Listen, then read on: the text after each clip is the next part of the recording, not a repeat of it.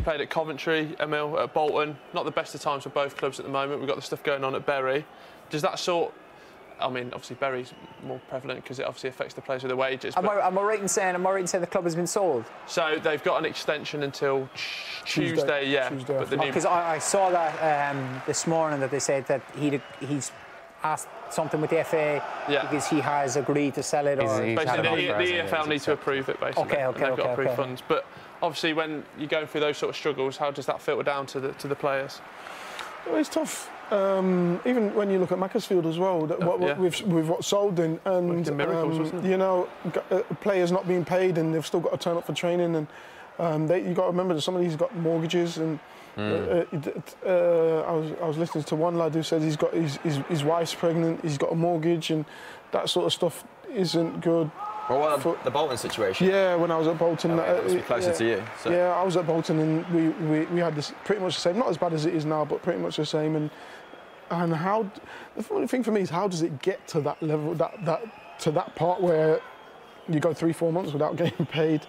You don't know whether certain games are going to get played, and it's tough for the fans. And the good thing about Bolton, the fans were still turning up. Yeah. You know, we were still getting 15,000 fans turning up. So there is some sort of revenue still there. Yeah. People are still going to the club shop and buying stuff. Sure, they deserve better than the financial mismanagement that's happened at Bolton. David, you're at Coventry now, playing at St Andrews now. Yeah, obviously, I don't know what goes on in the boardrooms. Obviously, well, why not, David? You've got to do some spying for us, mate. But obviously, there was something happened with the ownership of the stadium and the council and what have you, and they couldn't come to an agreement. Lucky enough, in the time I was there and the people I know at Coventry, there was never been a problem with the wages and what have you. Yeah. Lads have always been paid, and everything like that has always been fine. But it is a shame for, you know, Bury. Do you know what I mean? You just wonder, could the big clubs in Manchester?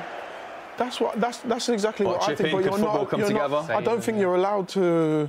I don't know. I think with the Bury one as well, if they started chipping in with to help them now, I don't even know if it would solve the problem further down the line, I think. But I think I actually overheard someone on my train journey down today that they said this has been ongoing for 10 years or 15 years with Bury.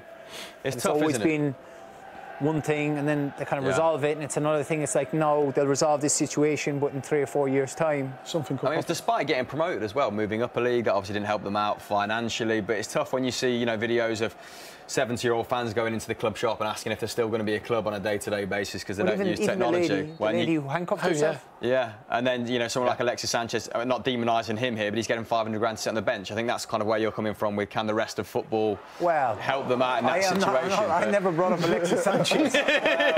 Specifically, why is Alexis Sanchez mouthing that all? I just mean, like, it's a shame because, like, you know, Bury, like they're a football club, you know what I mean? They've got a lot of supporters in and around the area who, for the Newcastle fans who are asking about Newcastle and Steve Bruce and what have you, like, I played up in the northeast. Like, those people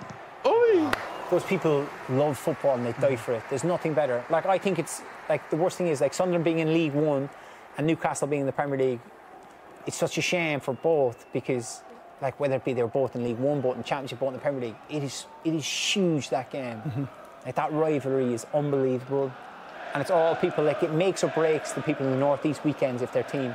Like, I know Sunderland were playing Wimbledon today, they were 1-1 at one stage, I don't know how it finished up, but there'll be Sunderland fans who that will make their week. Do you know what I mean? If they feel that the team are doing really well. Yeah. You know?